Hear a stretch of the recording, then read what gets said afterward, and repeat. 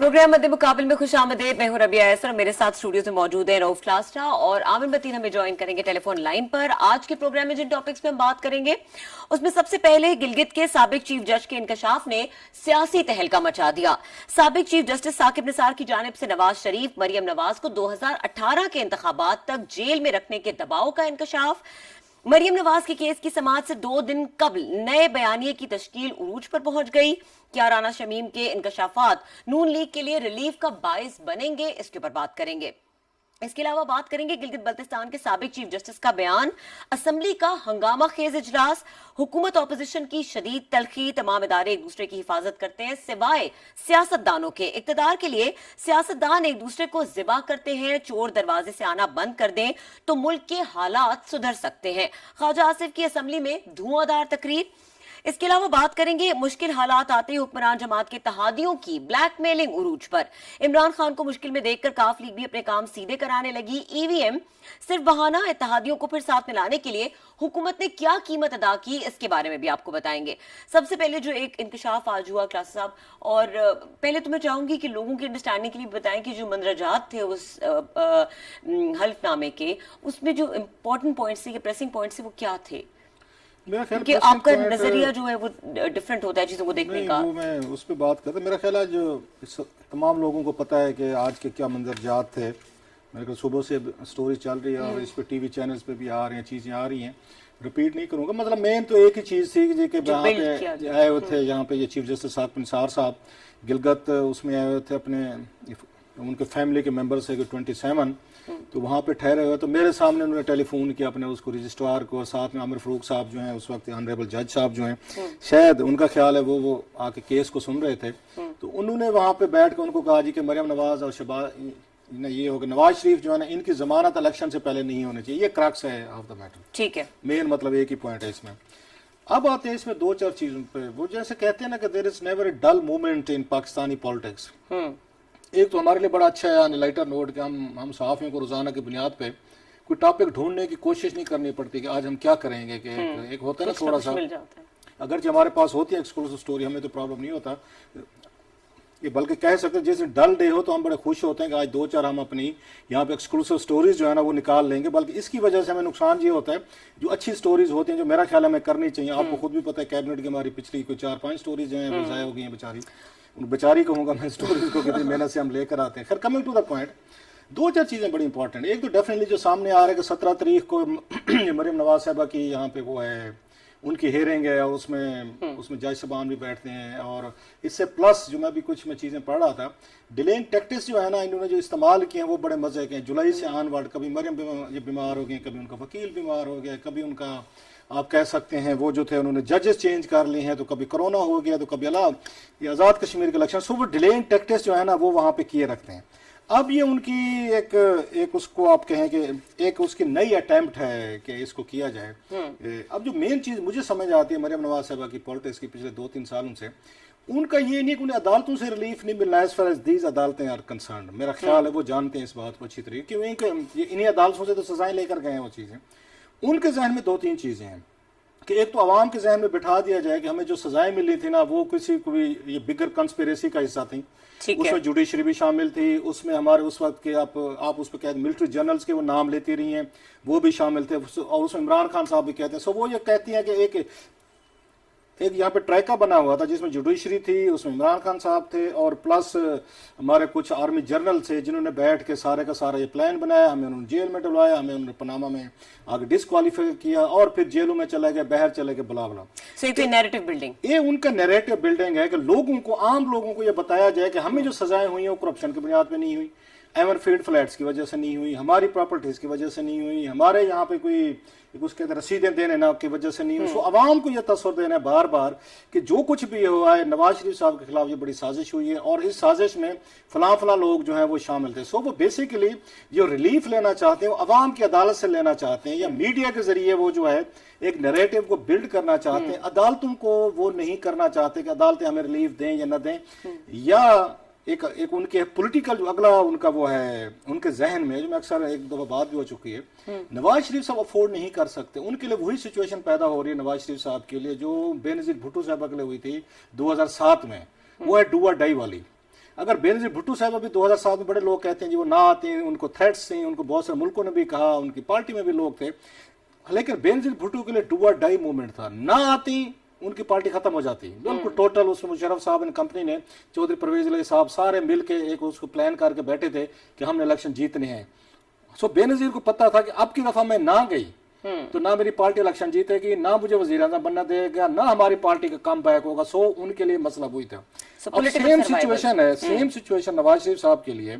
ये अगर 2022 में नहीं आते वापस, उनको पता है कि इलेक्शन फिर मेरी पार्टी मेरे बगैर पाकिस्तान में नहीं जीत सकती, कि अगर नवाज शरीफ साहब भी उसमें एग्जाइल में हैं और उसके बाद अगेन आप कैसे मरियम नवाज साहब हैं वो इलेक्शन नहीं लड़ सकती, नवाज शरीफ साहब खुद नहीं लड़ सकते, तो फिर किसके लिए लोग वोट देंगे? उन्हें शहबाज शरीफ के लिए तो वोट नहीं देना, ये उन्हें भी पता है। शहबाज शरीफ साहब ना क्राउड पुलर हैं, ना वोट बैंक है उनका, ना उनके पास क्रिज्मा है। ये और बात है कि जितनी परफॉर्मेंस आके प्रोपेगेट की जाती है, आप कभी नोट करें, वो नवाज शरीफ साहब की कभी आके परफॉर्मेंस पे बात नहीं होती, हमेशा वो शहबाज शरीफ को सेल करते हैं। ये दो चीजें हैं जो यहाँ पे पीएम नवाज चलती है कि परफॉर्मेंस आके उसकी सेल करते हैं, क्रिज्मा नवाज शरीफ साहब का सेल करते हैं। सो उनको सूट करता है कि इसी तरह की चीजें बताते जाए, लोगों की आंखों के सामने आप थोड़ा सा मजलूम बनते जाए। अब एक और चीजें हैं कि अदालतों के पे ये ट्रेंड कहाँ से शुरू हुआ। ये अदालतों का जो उन्होंने वहां पे सारी चीजें की हैं, जिसपे आज उन्होंने अतर मंडला साहब ने उनको नोटिस भी किया हुआ है। बेसिकली तो चीज ये शुरू हुई थी जब जनरल जिया साहब आए थे और मार्शल लगा, तो जिस तरह की चीजें हमने पढ़ी बाद में याद होगा, जस्टिस नसीम हसन शाह साहब ने भी एतराफात किए हमारे ऊपर उनका जनरल जिया का दबाव था और हमें थ्रेट्स थी, लिहाजा भुट्टो को हमने फांसी देनी पड़ गई। सो हमारी अदालतें वहां से वीक होना शुरू हुई जब इनका वहां पे एग्जेक्टिव की तरफ से इन पे दबाव आना शुरू हुआ और जजेस ने दबाव लेना शुरू किया। मैं सबकी नहीं बात कर रहा, ऑनरेबल जजेस भी थे उसमें, जस्टिस उसमें मुझे याद जो ये थे दुराब पटेल साहब थे, ये जस्टिस उसके बाद शाह साहब थे, मेरा सफदर शाह साहब नाम था इनका ऑनरेबल उसमें जजेस से, एक आध और भी था उसमें, 3 जजेस है जिन्होंने भुट्टो साहब की फांसी के खिलाफ फैसला दिया। सो देयर वर सर्टेन जजेस जिन्होंने प्रेशर किया, लेकिन एक्सरियत जो थी वो उनके दबाव में आती गई और हुक्मरानों को एक टूल मिलता गया कि आप यहाँ जजेस को दबाएं तो अपनी मर्जी के फैसले लिए जा सकते हैं। इसके बाद इस आके ट्रेंड को जो साइंटिफिक रंग दिया, जो आके इसको साइंस बना दिया, वो नवाज शरीफ साहब ने अल्लाह के फजल से खुद दिया। जो इनकी वीडियोज आई थी, सॉरी ऑडियोज आई थी, बेनजीर भुट्टो साहब को सजाएं दिलवा रहे थे, जस्टिस कयूम मलिक साहब के जरिए उनको थ्रेट किया जा रहा था और मलिक साहब कह रहे थे नहीं इन्होंने तुम 7 साल तो काम दी तो मियाँ साहब नाराज होंगे फलाने को, हमने सब वो टेपें सुनी है। सो इन्होंने वो आके ट्रेंड सेट किया कि जुडिशरी को दबाव में ला के आप अपने मुखालफिन को सजाएं दिलवा सकते हैं। ये एक तरह का कर्मा भी है, ये कर्मा भी है। ये जरा जो हम उसके मेथोलॉजी की बात करते हैं कि नवाज शरीफ साहब ने जो गढ़ा अपने मुखालफिन के लिए इन्होंने चुना था, जरदारी और बेनजीर भुट्टो को इन्होंने सजाएं दिलवाई थी, इन्होंने 8-8 साल 10-10 साल, उसी गढ़े में अब ये खुद गिर रहे हैं। वो इनके मुखालफिन जो है वो इन्हीं के ऊपर वही आके चीजें जो है वो कर रहे हैं, आके आजमा रहे हैं। ये तरीके सारे जो है ना, तरीके अगर इमरान खान साहब ने सीखे ना ये तरीके सपोजली, या एस्टेब्लिशमेंट ने या बाकी ने, तो ये तरीके जो है नवाज शरीफ साहब ने ही इजाद किए थे कि जुडिशरी को, या नवाज शरीफ साहब के जो रूहानी गुरु थे जनरल जिया साहब, उन्होंने सारे इनको इजाद करके दिए थे। ये सारी चीजें आप इसमें करें। सो एक चीज लास्टली इसमें जो एक इन्होंने एक आके नया ट्रेंड सेट किया है नवाज शरीफ साहब एंड कंपनी ने, वो बड़ा इंटरेस्टिंग था। इन्होंने सबके लिए ना दरवाजे खोले, इन्होंने जर्नलिस्टों को भी ब्राइब किया। एक जो लाहौर के जर्नलिस्ट ने बनाया था, 5-6 लोग उसमें बैठे हुए थे, उसने कि अस्सी तो मियाँ साहब तो अस्सी थे जनाब न सानू कुछ ना कोई फेवर लेनी पैंती, फेवर तो मुराद मतलब कुछ और थी, हमें लेनी पड़ती, हम ना लें तो हम 2-4 साफ ही बैठे। हमने कहा ये क्या बात कर रहे हैं? उन्होंने जी अस्सी अन्ना तो अगर आगे फेवर्स ना ले, फेवर तो मुराद कुछ और चीजें थी, ना ले तो ये फिर हमें अपने करीबी सर्कल्स में नहीं आने देते, हम पे एतमाद नहीं करते, ट्रस्ट नहीं करते, हमें खबर नहीं मिलती, खबर लेने के लिए कुछ लेना देना पड़ता है। ये एग्जैक्ट अल्फाज हैं। ये 2-4 बड़े सहाफी बैठे थे, हमारी आंखें हैरत से खोल गई। इन्होंने सहाफियों के साथ ये कुछ किया। अच्छा, इसके बाद जुडिशरी में इन्होंने करने की कोशिश की कि जो जज हमारे साथ मिल जाएगा उसको हम सदर पाकिस्तान भी बना सकते हैं। अच्छा। ये इंसेंटिव थे। इन्होंने आपको तारड़ साहब को आपको सामने ये बनाया, आगे जज बना के। इसके बाद सहाफियों को इन्होंने साथ मिलाना शुरू किया। जो कॉलम निगार, जो सहाफी हमारे हक में लिखेगा, हमारे साथ रहेगा, उसको वजीर भी बनाएंगे, सेनेटर भी बनाएंगे, बड़े बड़े ओहदे भी देंगे, वो भी 2-4 नाम दिए जा सकते हैं। फिर इन्होंने मिलिट्री जर्नल्स को साथ मिलाना शुरू किया। जनरल तिरमिजी भी थे, जनरल अब्दुल कयूम साहब भी थे कि जो फौजी हमारे साथ होंगे, अंदर खाते हमारे लिए लॉबिंग कर सकते हैं, हमारे साथ खड़े हो सकते हैं, उनको भी देंगे। सो इन्होंने पॉलिटिक्स को टोटल एक साइंस की तरह ट्रीट किया है कि जुडिशरी के लिए अलहदा पैकेज है इनके पास कि अगर आप हमारे साथ खड़े हो सकते हैं तो मुल्क का सदर पाकिस्तान बनाया जा सकता है। आपने सहाफी कॉलम निगारों के लिए भी आपने इंसेंटिव रख दिया कि भाई साहब वजीर और सेनेटर भी बन सकते हैं। आपने उसके बाद जनाब ये हो गए सारे उसका आज सेम इन्होंने ब्यूरोक्रेट्स की फैमिलीज थी वो साथ रख ली, मिलिट्री जनरल के लिए अलहदा रख दिए। सो पूरा पैकेज था इस पाकिस्तानी पॉलिटिक्स को अगर आके करप्ट किया गया है, अगर इसको साइंटिफिक के तौर पर इदारों को कंट्रोल किया गया है ना, या नया मेथडोलॉजी यहाँ पे इवॉल्व की गई है, तो वो ये शरीफ फैमिली आके इसका क्रेडिट लेना चाहिए, इन्हें इनकार नहीं करना चाहिए कि हाँ हमने आके क्रिमिनलाइज किया है, पॉलिटिक्स को भी किया है, चीजों को भी किया है, हमने इदारों को भी करप्ट किया है, उन पे आके हमने अपने आके बंदे भी प्लांट किए, सारी चीजें की हैं। सो ये भी एक तरह का एक और इंसेंटिव है ये जज साहब जिन्होंने दिया है लंदन से बैठ के एफिडेविट, ये फ्यूचर की इन्वेस्टमेंट है, ये कोई और तारड़ साहब उन्होंने पैदा करने की कोशिश की है। तो उस वक्त ये कह देते, उस वक्त प्रेस कॉन्फ्रेंस करते फौरन कहते कि भाई साहब 3 साल पहले कि मेरे सामने ये बात एफिडेविट लिख के भेजते सुप्रीम कोर्ट, जुडिशियल काउंसिल को भेजने चाहिए थे, जो चीजें नहीं भेजी। बहरहाल आमिर साहब से बात करने बात जी, आमिर साहब हमारे साथ लाइन पर मौजूद है। आमिर साहब, जिस तरह से नक्शा क्लास साहब ने खींचा है अभी, जो बिल्कुल उनका लास्ट पार्ट ऑफ एनालिसिस था, तो वो सिजिलियन माफिया की जो टर्म है वो इनके ऊपर सही बैठती है। फिर इस लिहाज से तो क्या इम्पैक्ट हो सकते हैं इस इतने अहम इंकशाफात के? और हमने जिस तरह अभी माजी करीब में देखा, जज अरशद मलिक की भी कुछ इस तरह की सिचुएशन सामने आई, वो भी इंकशाफ था लेकिन उसका इम्पैक्ट नहीं आया। तो अब बहुत सारी चीजों पे सवाल उठ गए, इलेक्शन पे सवाल उठ गए, जुडिशरी पे सवाल उठ गए, कल बुला भी लिया गया है जज साहब को, तो कैसे देख रहे हैं इसको? ये मामला क्योंकि सब्जेक्टिव हो गया है तो हम जरा मुतातों की बात करेंगे। मगर क्लास साहब ने सही नब्ज पकड़ी है कि बुनियादी बात ये है, ये काफी अरसे से कई महीनों से सिलसिला जारी था कि ये कानूनी तौर पे इस मुकदमों को नहीं लड़ना चाहते, ये सियासी तौर पे इनको लड़ना चाहते हैं। और उसकी वजूहत समझ आती हैं कि आपको याद होगा हमजा शहबाज को FIA वाले ने जब इंक्वायरी कर रहा था तो उन्होंने बाकायदा उनको धमकी दी कि ये खबर आई थी कि हमेशा एक जैसा वक्त नहीं रहता। बस ये था कि कल को हम दोबारा पावर में आ सकते हैं, तो ये डराने की। तो मरियम इसको जो है सियासी तौर पे काफी अच्छे से ये डिलेइंग टैक्टिक्स, कभी वकील बीमार हो जाता है, कभी खुद बीमार हो जाती है, तो ये सिलसिला जारी था। पर इसमें जो संजीदा नौयत की बात है कि ठीक है, 2 पुराने साबिक चीफ जस्टिस ऑफ पाकिस्तान और चीफ जस्टिस ऑफ बल्तिस्तान हैं, मगर एक उन्होंने निशाना सिटिंग जज को बनाया है, जस्टिस आमिर फारूक साहब को। ना सिर्फ सिटिंग जज हैं, वो इस वक्त मरियम बीबी का और नवाज शरीफ साहब का मुकदमा सुन रहे हैं, और वो 2 दिन बाद वो उसकी पेशी होने वाली है और वो इस्लामी मरार को जा रहा है। तो इससे क्लियरली जो है उस पर चीफ जस्टिस साहब अतम मिर्ला साहब सही किया है कि डायरेक्टली जब एक मुकदमा कोई सुन रहा होता है तो ये एक किस्म का उसको इन्फ्लुएंस होने वाली बात है, इसीलिए उन्होंने बुलवा लिया है कि अब ये देखना है कि जस्टिस आमिर फारूक जो है, इसके बाद जो इनका नजर आ रही है टैक्टिक बीच में से कि प्रेशर डाल के वो अपने आप को रिक्यूज कर ले कि पूरा वो 3 सालों से ये मुकदमा चल रहा है, तो अब बिल्कुल आखिर में जब किसके फैसले आने वाले हैं, एग्जाम होने वाली है सारी सिलसिला, तो उसमें जाके आप जब होगी तो दोबारा सिलसिला चलेगा। तो ये पीपल्स पार्टी ने भी यही किया था। दारी साहब को वो जो कहते हैं 11-11 साल मुकदमे देखे कुछ नहीं हो सका, तो 11-11 साल लटकाया गया, अभी भी चल रहे हैं, लटकाई जाए अनटिल कि वो अच्छा वक्त ना आ जाए। और उनका दारी साहब का अच्छा वक्त ये आया था कि एस्टेब्लिशमेंट फेवरेबल हो गई थी, उनकी केसेस की फाइल ही गायब हो गई, चोरी हो गई, और उन्होंने वोटर स्टैट कापियां दी हुई, तो उन्होंने खुद ही गुंजाइश अदालती निजाम ने भी निकाला, प्रोसिक्यूशन ने भी निकाला। जब बीच में इस्तेखासा कमजोर हो तो ऑटोमेटिकली जज के पास भी कोई चांस नहीं रहता।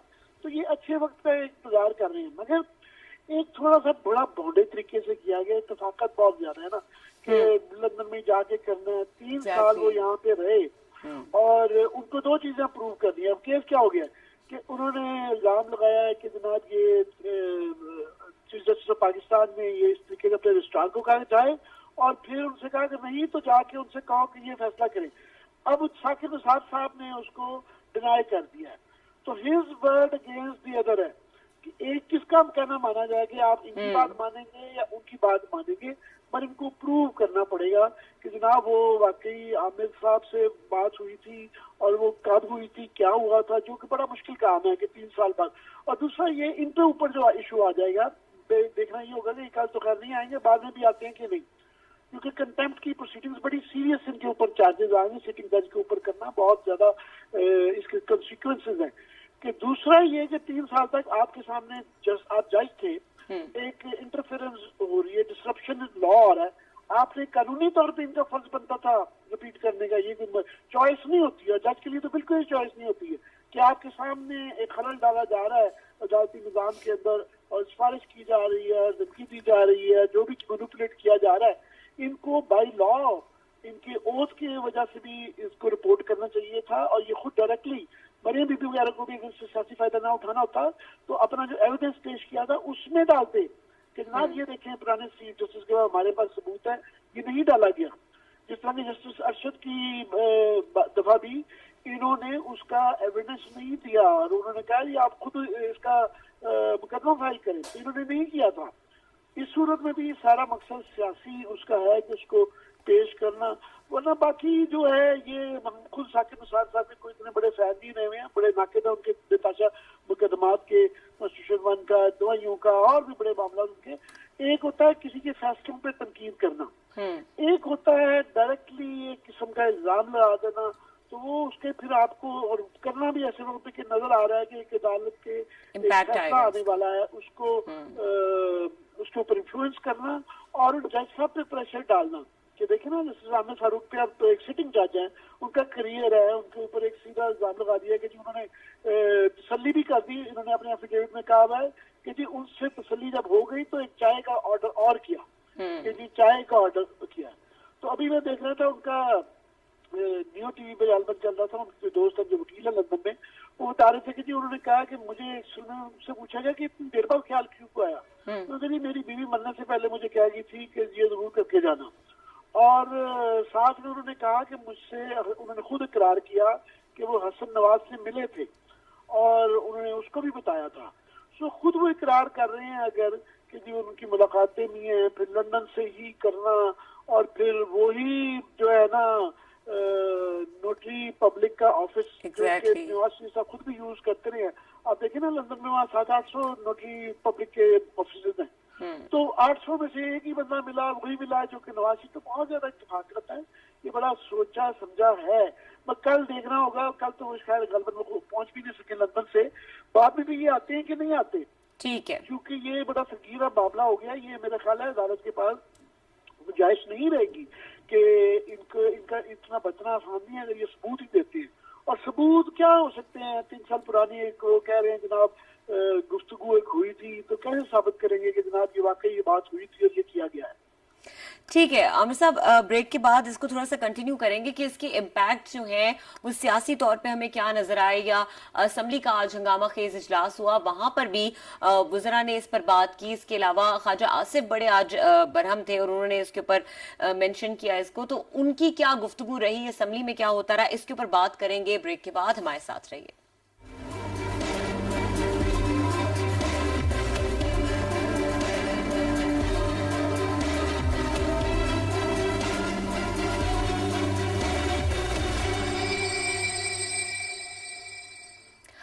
Welcome back class. साहब आज असम्बली का जो हंगामा खेज इजलास हुआ और ख्वाजा आसिफ ने भी कहा कि सियासतदानों में सिर्फ एक ये चीज पाई जाती है कि वो अपने मफादात के लिए एक दूसरे को ज़िबा करते हैं या एक दूसरे के ऊपर स्टेप अप करते हैं, और किसी इदारे में ऐसा नहीं होता। और ये जो टोर दरवाजे हैं ये इसीलिए क्रिएट होते हैं। मुराद सईद ने भी काफी उसके ऊपर रिस्पॉन्सेज दिए। अच्छा, इस पे आते हैं थोड़ा सा कमेंट में, बड़ा इंटरेस्टिंग अभी ब्रेक में बैठा सोच रहा था कि सारे जितने जजेस पे इस तरह के हमारे स्कैंडलाइज होते हैं ये सारे पंजाब से क्यों होते हैं। मतलब एक बड़ी इंटरेस्टिंग स्टडी है, रीडिंग मेरे जहन में था अभी कि भुट्टो साहब वाले केस में भी जस्टिस नसीम हसन शाह साहब जो थे एतराफ़ कर रहे थे जी कि हमने दबाव पर हमने फैसला दिया था, वो भी पंजाब से थे। मैं नाम लेता, मतलब 3-4 नाम ले लेते ताकि बाकी सारे जजेस ये ना कहें जनाब के कोई हम बड़े एहतराम से कह रहे हैं। अच्छा, जस्टिस कयूम मलिक साहब की वो ऑडियो टेप्स आई थी जो उनको बेनज़ीर भुट्टो जरदारी साहब को सजाएं दे रहे थे, वो उसके कहने शहबाज शरीफ के कहने, वो भी पंजाब से थे, वो हमने उनको देखा इसके बाद। अच्छा, जस्टिस आपको याद है रफ़ीक तारड़ साहब जिनका नाम क्वेटा के हवाले से आया था, वो सारी चीज़ें आपको पता है कि जी उनको बाद में रिवार्ड के तौर पर सदर बना, वो भी पंजाब से थे। अब हम देख रहे हैं ये मसूफ ये साकिब निसार साहब हैं, ये भी पंजाब से आ रहे हैं। आखिर क्वेटा भी है, आखिर सिंध भी है, आखिर पिशावर भी है, मैं वो नाम बता रहा हूँ, वहां से भी तो आते होते हैं। Why only Punjab?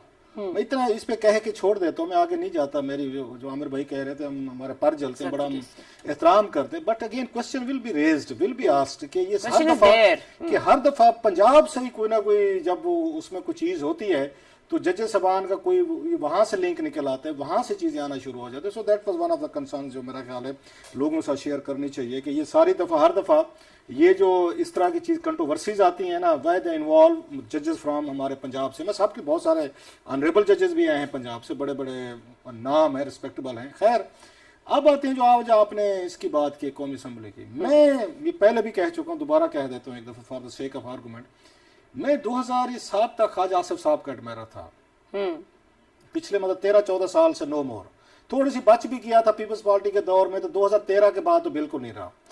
इन लोगों ने जो हमें, हमारी नस्ल को इन्होंने आगे डिसअपॉइंट किया है ना, ये कि इन्होंने जो बातें अपोजिशन के दिनों में की हैं, उस वक्त ये यहाँ जमहूरियत पसंद भी हैं, ये ह्यूमनिस्ट भी हैं, ये बड़े एकेडमिक भी हैं। आपको लगता है ऑक्सफोर्ड यूनिवर्सिटी का प्रोफेसर, हार्वर्ड का, कोलंबिया यूनिवर्सिटी का प्रोफेसर जो है ना, वो टीवी शोज में या वहाँ पे उस कौमी असम्बली में ना, वो पॉलिटिक्स पे वो आपको लेक्चर दे रहे हैं, मोरालिटी सिखा रहे हैं, हाई मॉरल ग्राउंड बता रहे हैं आपको। ये बता रहे हैं कि पॉलिटिक्स की कैसे जाती है, जिसमें थोड़ी सी भी कोई बेमानी की और उसकी गुंजाइश नहीं है। बिल्कुल एकेडमिक, इनको टीवी पे कभी सुना है इनको। मतलब आज कौमी असम्बली में जो आज ख्वाजा आसिफ साहब कह रहे थे, मैं उनके अपने आग रिसर्चर को अगर मैं कहूँ, ये 14 तकरीरें बगैर फुल स्टॉप कामा के यही निकाल के दे देंगे आपको। क्या अपोजिशन के दिनों में ख्वाजा आसिफ साहब यही तकरीर करते हैं? वो इदारों को याद दिलवाते हैं, वो अपोजिशन को और हुकूमत को गलतियां याद दिलवाते हैं, बाकी इदारों की बात करते हैं, हम मारे गए, तबाह हो गए, हमें ये नहीं करना चाहिए, हम सियासतदान एक दूसरे लड़ते हैं। मुझे ये बताएं, जब आप पावर में होते हैं आप उस वक्त क्या करते हैं? अपोजिशन के दिनों में आप उसमें देख लें, यही कौमी असम्बली जिसके खिलाफ आज अब तकरीरें जिसमें कर रहे हैं, 8-8 महीने नवाज शरीफ साहब जाते नहीं थे, फिरौनियत उनकी वहां से चीज देखे। 6-6 महीने आपके कैबिनेट का इजलास नहीं होता था। पूछे कभी जरूरत हुई ख्वाजा आसिफ को, इमरान उनसे पूछ सके इनसे, ये नवाज शरीफ साहब से कैबिनेट का इजलास क्यों नहीं हो रहा, आप कौमी असम्बली में क्यों नहीं आ रहे, 1 साल हो गया अब सेनेट में क्यों नहीं जा रहे? इनको कभी जरूरत हुई है? नहीं होगी इनको जरूरत। दूसरी बात, जब ये काले कोट पहन के दोनों भाई साहबान जो है सूटेड बूटेड टाई कोट, आंखों पे इन्होंने ग्लासेस वगैरह लगा सुप्रीम कोर्ट गए थे और मेमो गेट बनवाने के लिए पीपल्स पार्टी के खिलाफ, उस वक्त 2 जनरल्स इनको यूज कर रहे थे। उस वक्त जनरल पाशा साहब और जनरल क्यानी साहब थे, उस वक्त उनका खेल रहे थे मेमो गेट पे।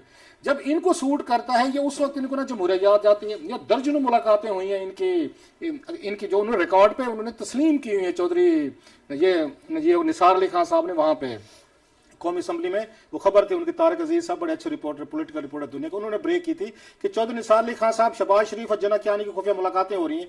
जब यहाँ पे गिलानी साहब वजीर आजम थे, चार्टर ऑफ डेमोक्रेसी साइन हो चुका है, उसमें लिखा हुआ था कि हम एक दूसरे के खिलाफ इस्तेमाल नहीं होंगे। सो इनको इक्तदार के लिए किसी भी लिमिट पे जाने को तैयार हैं भाई साहब। अब उन्हें याद आ गया है कि सियासतदान इकट्ठे क्यों नहीं होते, फलां नहीं होते, यूं नहीं होते, तू नहीं होते। जो ही इनका ऊंट आता है पहाड़ के नीचे, उस वक्त इनको याद मतलब बुलबुलाना शुरू कर देंगे, ओहो हो मारे गए, जमहूरियत खतरे में पड़ गई, हम सियासतदान एक दूसरे से लड़ रहे हैं, फलां कर रहे हैं, ये कर रहे हैं। जो ही इक्तदार में आते, ना इनको पार्लियामेंट याद रहती है, ना इनको कैबिनेट याद रहती है, ना इनको सेनेट याद रहता है, ना इनको गवर्नेंस याद रहती है, और ना इनको अपोजिशन याद रहती है, ना पार्लियामेंट, ना मीडिया। उस वक्त 4-5 इनका फैमिली का ग्रुप है।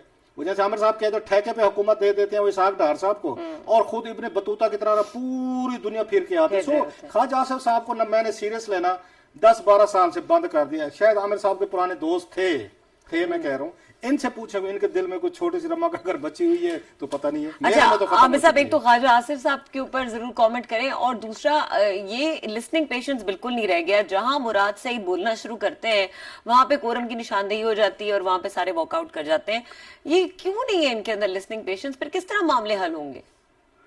ये तो खैर पार्लियामेंट का मैंने बताया ना कि बहुत ही रेलिवेंट हो गई भी है कि मैं तो फॉलो भी करना छोड़ दिया है। कोई इनकी तकरीरों का, कोई किसी का इधर का या उधर का कोई फर्क नहीं पड़ता। और तासब ने बड़ी एक इम्पोर्टेंट बात की है कि ये इन्होंने जो पॉइंट रेज किया है कि ये सारे करप्ट तरीन या कंप्रोमाइज ज्यादातर जजेस पंजाब से ही क्यों होते हैं। अब हमारे काफी लोगों को, इसके पंजाबी भाइयों को गुस्सा भी आएगा, मगर खैर दूसरी सूबों में भी कोई कम नहीं है। फॉर एग्जाम्पल पंजाब के कोटे में अच्छा जस्टिस इफ्तिखार है, कहने के वो बलूचिस्तान से आए थे, जाहिर है वो फैसलाबाद से उनका ताल्लुक था। उसी तरह ये राना शमीम साहब हैं, ये साहिवाल के रहने वाले हैं। सिंध में जाके इन्होंने अदालत की और थोड़े अर्से के लिए जज भी बने, और वहां से ये गिलगित बल्तिस्तान में लगाए गए। हालांकि इन इलाकों में आगे ही बड़ी महरूमी है, कम अज कम उनके 2-4 जो अफसर होते हैं वो तो ये जज कम अज कम लोकल लगा दिया करें, उनके लिए भी ढूंढ के साहिवाल से बंदा लेके आते हैं। और ये तो पाकिस्तान का एक इत्तेफाक कह लें या जो भी कह लें कि पाकिस्तान की तारीख के जो टॉप 3 जजेस रहे हुए हैं तीनों, वो मुसलमान नहीं थे, जस्टिस कॉर्नेलियस जो थे, उसके बाद जोराब पटेल साहब, उसके बाद भगवान दास साहब जैसा। तो ये वो लोग जिनके करियर में खड़े होते रहे, हर दौर के हुक्मरानों के साथ लड़े और डिसेंट अपनी दी, और ये इस तरह के और भी नाम जेल में आ जाते हैं। पंजाब से इसलिए है कि 85 से ऑनवर्ड पंजाब के पास हुकूमत आ गई। नवाज शरीफ से पहले आप देखें ना, यूब खान का ताल्लुक अब्बाबाद से था, या उससे पहले भुट्टो साहब लड़केना से थे, तो ये मिलजुल के चलता था। पंजाब में जब से ये आई तो इनका एक प्लान था, और इनको ज़ियाउल-हक ने हेल्प भी किया कि जो जज जो है बड़ी अर्ली ऑन से, जब सिविल जज होता है वहां से उसको फॉलो शुरू करते हैं और पूरी लिस्टें होती है उसको अप्लाइज करना शुरू होती है। इसी तरह ही जो कर्नल ब्रिगेडियर शाइनिंग नजर आता है, अच्छी रेस का घोड़ा, उस पर भी लगाते हैं। उसी तरह कोई डीएसपी को पुलिस में, एडमिनिस्ट्रेशन में, तो इन्होंने बाय डिजाइन 85 से, मैं इसलिए मेरा करियर भी उसी वक्त स्टार्ट होता है जब नवाज शरीफ साहब का करियर सियासत का 85 में स्टार्ट हुआ। वैसे तो 83 में आ गए थे, मगर असल प्रोमिनेंस को 85 से ऑनर मिली। हमारे सामने, हमारे लिए इतना मुश्किल था, यही मीडिया में काम किया। ये जो मिसाल दे रहे थे ना साहब, मीडिया में ये हाल था कि इनके ऊपर सवाल नहीं किया जा सकता था। सवाल करते थे तो 4-5 लोग बुजुर्गान खड़े हो जाते थे, घूरते थे, क्या कर रहे हैं। मेरी शिकायत हो गई थी निजामी साहब के पास एक दफा, तो वहाँ 2-4 लोग जो है ना मुतबरार भी बुलाए हुए थे, ये आप नए नेशन में नए बच्चे ले आए हैं, ये उनको पता नहीं है क्या सवाल करना क्या नहीं करना। तो मुझे फिर समझाया गया, उन्होंने कहा देखो बेटा, ये पब्लिक ओपिनियन कुछ नहीं होता। पब्लिक ओपिनियन क्या है, ये 4-5 बड़े अखबार हैं, जंग है, नुआया बचता है, ये इन चारों के जो है चीफ रिपोर्टर, चारों के न्यूज एडिटर और चारों के जो बीट रिपोर्टर हैं, ये 10-12-15 लोग होते हैं, इन्होंने पब्लिक ओपिनियन बनाना है। ये सारे यही बैठे हुए हैं ना, तुम्हें नजर आ रहे हैं ना, बस यही है पब्लिक ओपिनियन। और वाकई ही ये तो अल्लाह भला करे, टेलीविजन का, और बाद में के इस्लामाबाद में थोड़ी सी दूसरे शहरों की आमद भी शुरू हुई तो कुछ चेंज हुआ, तो ये बिल्कुल ये बाय डिजाइन किया गया था। तो इसलिए ये इतना आसान काम नहीं था। जब हम कहते थे सिसिलियन माफिया वाली जो आप बात कर रही थी, माफिया था, और ये ओवर पीरियड ऑफ टाइम 35 साल में बना था। इसका आसानी से समझे हैं आपके, वो चले जाएंगे। इसके अंदर नवाज शरीफ की फैमिली इन्वॉल्व नहीं है, इसके अंदर वो तमाम ब्यूरोक्रेट हैं, वो जजेस हैं, वो फौजी हैं, तो ठेकेदार हैं जिन्होंने ठेके लिए हैं, पूरा एक रैकेट है। तो सिस्टम तो हला है। ऑफकोर्स जो है इसमें बहुत ज्यादा नालायकियां पीटीए के बहुत नाकेद हैं आजकल, पर उनको फिलहाल तो मुझे लगता है बेनिफिट हो गया है कि उनकी कोई, आप देखें महंगाई का जिक्र ही रोल हो गया है। उनकी गवर्नमेंट जा रही थी, वो भी अब हम लास्ट स्लॉट के तौर पे ले रहे हैं, वरना ये हमारा पहला था। तो उसके पीछे भी मेरी लास्ट ये कह दूं, उसके पीछे मेरा ख्याल वजह ये है कि नवाज शरीफ के लिए, मरियम बीबी के लिए ये थिएटर लगाने का क्या फायदा कि अगर गवर्नमेंट चली जाए, फर्स्ट करे उनकी गवर्नमेंट भी आ जाए और उन्होंने प्राइम मिनिस्टर नहीं बनना, तो उनको क्या जरूरत है कि ये इस देश के लिए इतना इत्माम करें, इतनी मेहनत करें, इतने जलसे करें। प्राइमरी मकसद तो ये है कि वो हालात बदलें, हम कैसे सिर्फ छुटे। तो ये जो आज की जलसा वाली वारदात हुई है, ये उसी सिलसिले की कड़ी है। इसको इस तरह में देखिए जरा।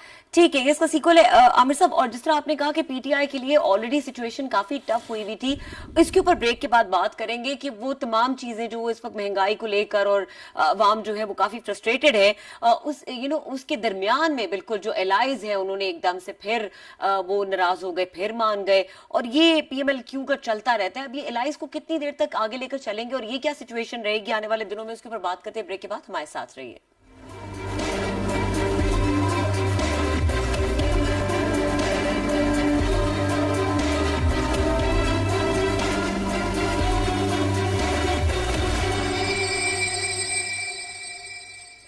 Welcome back. क्लास साहब, जो पीटीआई गवर्नमेंट के एलाइज के साथ मामलात हैं उनके ऊपर कमेंट कीजिए।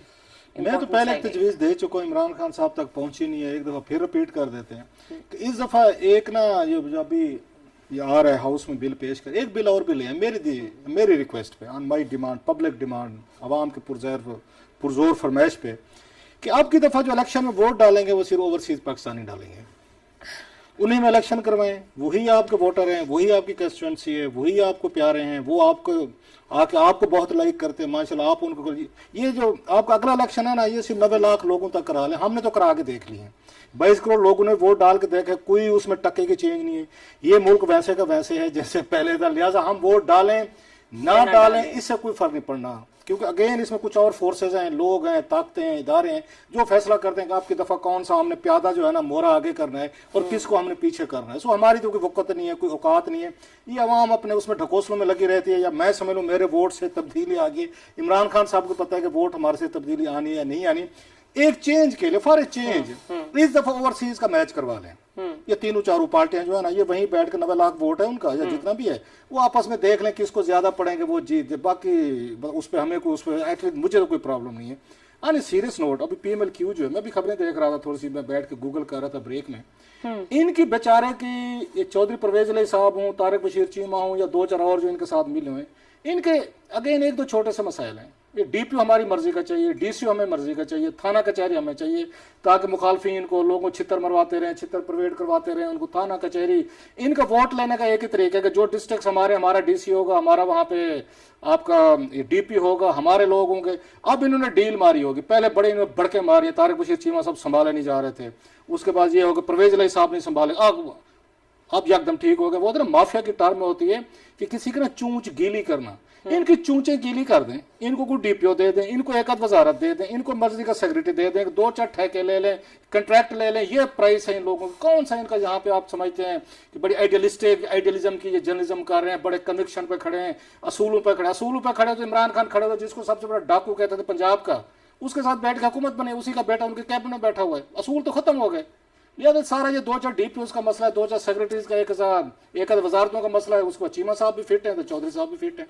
आमिर साहब, टाइम बहुत कम है, क्विकली आप इस पे कुछ ऐड करना चाहें? भैया इनको दाद तो देनी पड़ती है ना कि टोटल इनकी इलेक्टेड 4 सीटें हैं, 2 गुजरात से, 1 चकवाल से और 1 तारिक बशीर चीमा साहब की पालपुर से। ये 4 सीटों के बल पे आप देखें कितनी बड़ी सियासत के एहसानमंद भी है, होनी चाहिए जनाब कि हमने आपकी गवर्नमेंट में चाहिए है।